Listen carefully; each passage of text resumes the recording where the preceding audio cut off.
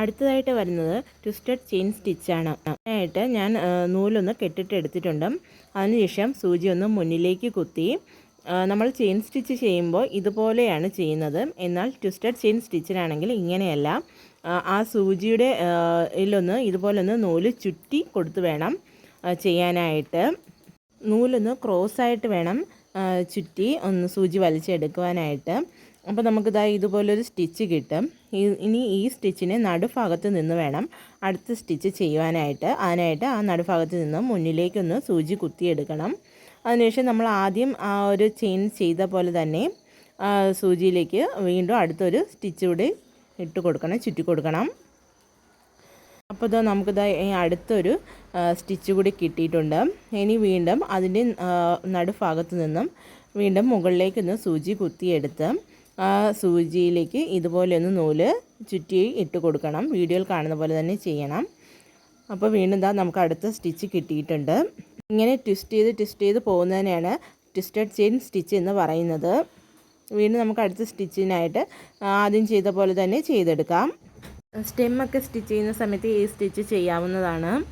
Easy ആയിട്ട് ചെയ്യാൻ പറ്റുന്ന ഒരു സ്റ്റിച്ച് കൂടിയാണിത്. ചെയ്തു വരുമ്പോൾ ഒരു കയറ് പിരി പോലെ ഇതുപോലെ ഇങ്ങനെ നമുക്ക് കിട്ടും.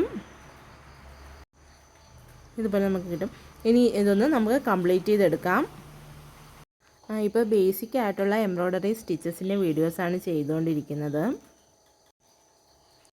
ഇതും ചെയിൻ സ്റ്റിച്ചിൻ്റെ ഒരു വേരിയേഷനായിട്ട് വരുന്നൊരു സ്റ്റിച്ചാണ്. നമുക്കിത് കംപ്ലീറ്റ് ചെയ്തെടുക്കാം. വീഡിയോ കുറച്ച് ലോങ് ആയി പോകുന്നത് കൊണ്ടാണ് സ്പീഡ് കൂട്ടി കാണിക്കുന്നത്.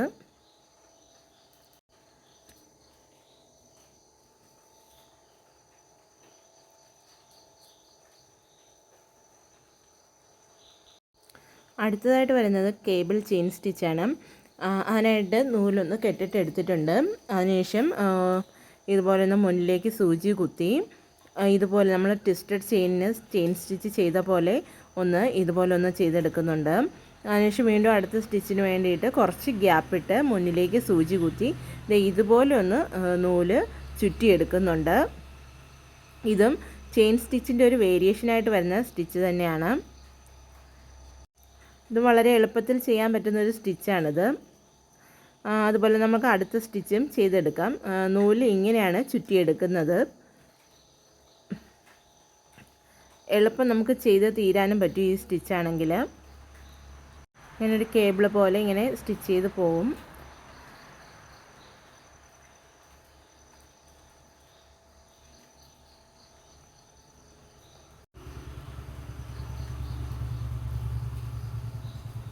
ഞാൻ അടുത്തതായിട്ട് വരുന്നത് ജർമ്മൻ നോട്ട് സ്റ്റിച്ചാണ്.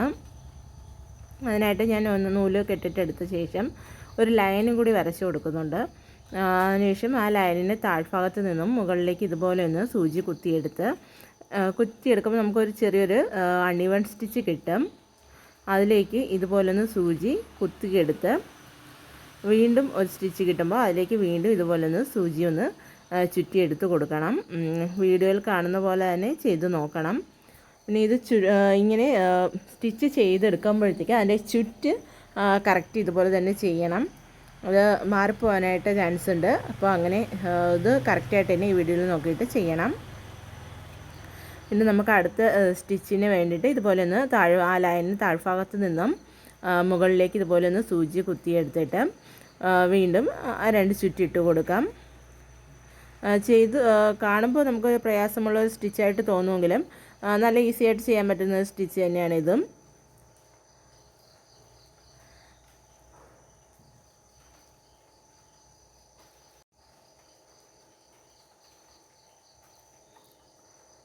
ഇനി അടുത്തതായിട്ട് വരുന്നത് ബാക്ക് സ്റ്റിച്ചാണ്. ശരിക്കും പറഞ്ഞാൽ ഈ സ്റ്റിച്ചൊന്ന് നേരത്തെ കാണിക്കേണ്ട ഒരു സ്റ്റിച്ചായിരുന്നു, നമ്മൾ വിട്ടുപോയി. അതുകൊണ്ടാണ് ഇപ്പോൾ ചെയ്യുന്നത്. ഞാനായിട്ട് നൂല് കെട്ടിട്ടെടുത്ത് അടിഭാഗത്തേക്ക് തന്നെ ആ ഭാഗത്തേക്ക് തന്നെ സൂചി ഒന്ന് കുത്തി ഇറക്കി കൊടുത്തിട്ട് കുറച്ച് മുന്നിലേക്ക് സൂചി വീണ്ടും ഒന്ന് കുത്തിയെടുക്കുന്നുണ്ട്. അതിനുശേഷം നമ്മൾ ആ ബാക്കിലേക്ക് ആദ്യം കുത്തി ഇറക്കി ആ ഭാഗത്തേക്ക് തന്നെ ഇതുപോലൊന്ന് സൂചി കുത്തി കൊടുക്കണം.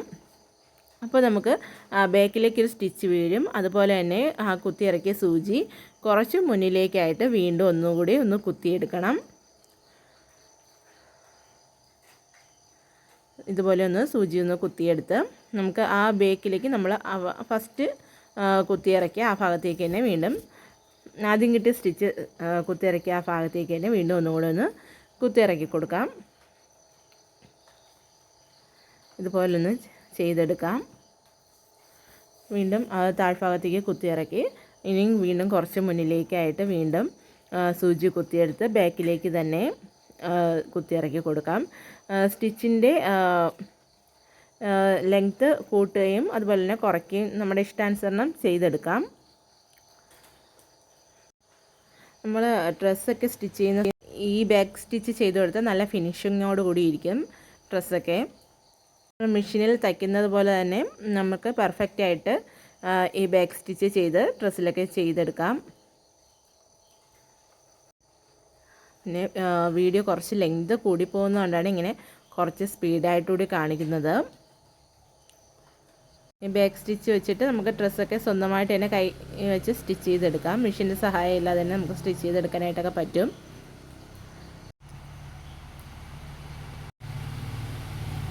പിന്നെ നെക്സ്റ്റ് അടുത്തതായിട്ട് വരുന്നത് മാലിക് എന്നൊരു സ്റ്റിച്ചാണ്. അതിനായിട്ട് സൂചി ഒന്ന് കെട്ടിട്ടെടുത്തിട്ട് മുകൾ ഭാഗത്ത് നിന്നും ചരിച്ചൊന്ന് താഴേക്ക് ഇതുപോലെ ഒന്ന് കുത്തിയെടുത്ത് കൊടുക്കണം. അതിനുശേഷം നമുക്ക് അപ്പോൾ അവിടെ ഒരു സ്റ്റിച്ച് കിട്ടും. അതിനുള്ളിലേക്കായിട്ട് വീണ്ടും ഒരു കെട്ട് പോലെ ഇങ്ങനെ ഇട്ട് കൊടുക്കണം. അതിനുശേഷം നമ്മൾ ആ സ്റ്റിച്ചിങ് തുടങ്ങി ആ ഭാഗത്ത് നിന്നും ഒരു ചെയിൻ സ്റ്റിച്ച് കൂടി ചെയ്ത് കൊടുക്കണം. അപ്പോൾ നമുക്കൊരു സ്റ്റിച്ച് കിട്ടും. ഇതാണ് മാലിക് സ്റ്റിച്ച്.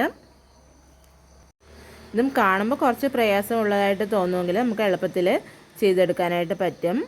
ഷോളിൻ്റെയൊക്കെ എഡ്ജ് ചെയ്യാനായിട്ട് ഇത് ഫിനിഷ് ചെയ്യാനായിട്ട് ഈ സ്റ്റിച്ച് ചെയ്യാവുന്നതാണ്. നമുക്ക് അതുപോലെ അടുത്ത സ്റ്റിച്ചും ഒന്ന് മുകളിൽ നിന്ന് ഇതുപോലെ ഒന്ന് താഴേക്ക് കുത്തിയ ശേഷം അതിനുള്ളിലേക്കായിട്ട് ഒരു സ്റ്റിച്ച് ഒരു കെട്ട് പോലെ ഇട്ട് കൊടുക്കാം. അതിനുശേഷം വീണ്ടും ഒന്നും കൂടി ഒരു ചെയിൻ സ്റ്റിച്ച് കൂടി അവിടെ ചെയ്ത് കൊടുക്കണം. സിമ്പിളായിട്ട് ചെയ്യാൻ പറ്റുന്ന സ്റ്റിച്ച് തന്നെയാണിത്.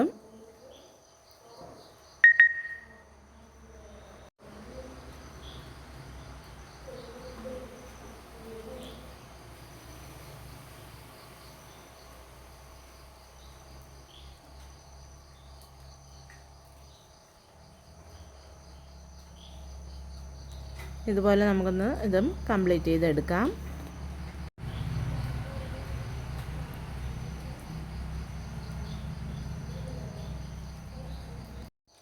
അടുത്തതായിട്ട് വരുന്നത് കൗച്ചിങ് എന്ന് പറയുന്ന ഒരു എംബ്രോയ്ഡറി സ്റ്റിച്ചാണ്. അതിനായിട്ട് ഞാൻ 2 ഷെയ്ഡിലുള്ള ത്രെഡാണ് എടുത്തിട്ടുള്ളത്. ആദ്യം ഒരു ബ്ലൂ ഷെയ്ഡിലുള്ള ത്രെഡ് എടുത്ത് ഇതുപോലെ ഒന്ന് കെട്ടിയിട്ട ശേഷം ഇതുപോലെ ഒന്ന് നിവർത്തി വെച്ച് കൊടുക്കുന്നുണ്ട്. അതിനുശേഷം രണ്ടാമത്തെ ഷെയ്ഡിലുള്ള ത്രെഡും ഇതുപോലെ ഒന്ന് മുന്നിലേക്കൊന്ന് കുത്തിയെടുത്ത ശേഷം ആദ്യം വെച്ച ത്രെഡിന് മുകളിലായിട്ട് ഇത് സ്റ്റിച്ച് ചെയ്ത് കൊടുക്കുന്നുണ്ട്. അടുത്ത സ്റ്റിച്ചും കുറച്ചുകൂടെ മുന്നിലേക്ക് കുത്തി നമ്മൾ ആദ്യം ചെയ്ത പോലെ തന്നെ ഒരു ഭാഗത്ത് നിന്ന് നൂല് കുത്തിയെടുത്തിട്ട് ആദ്യം വെച്ച ആ ത്രെഡിന് മുകളിലൂടെ ഇപ്പുറത്തെ ഭാഗത്തേക്ക് വീണ്ടും കുത്തി ഇറക്കി കൊടുക്കണം. നമുക്ക് വളരെ ഈസി ആയിട്ട് തന്നെ ചെയ്തെടുക്കാൻ പറ്റുന്ന ഒരു സ്റ്റിച്ചാണ്. അതുപോലെ ഈ സ്റ്റിച്ചിന് സമയവും വളരെ കുറവ് മതി ചെയ്യാനുമായിട്ട്. ഫുൾ ഷെയ്ഡ് വരുന്ന ത്രെഡ് വെച്ച് ചെയ്താലേ ഇതിൻ്റെ ഭംഗി നമുക്ക് അറിയാനായിട്ട് പറ്റത്തുള്ളൂ. അപ്പോൾ ഇന്ന് കാണിച്ച എല്ലാ എംബ്രോയ്ഡറി സ്റ്റിച്ചസും നിങ്ങൾക്ക് ഇഷ്ടമായെങ്കിൽ എൻ്റെ വീഡിയോ ഒന്ന് സബ്സ്ക്രൈബ് ചെയ്യാനും ലൈക്ക് ചെയ്യാനും സപ്പോർട്ട് ചെയ്യാനും മറക്കല്ലേ.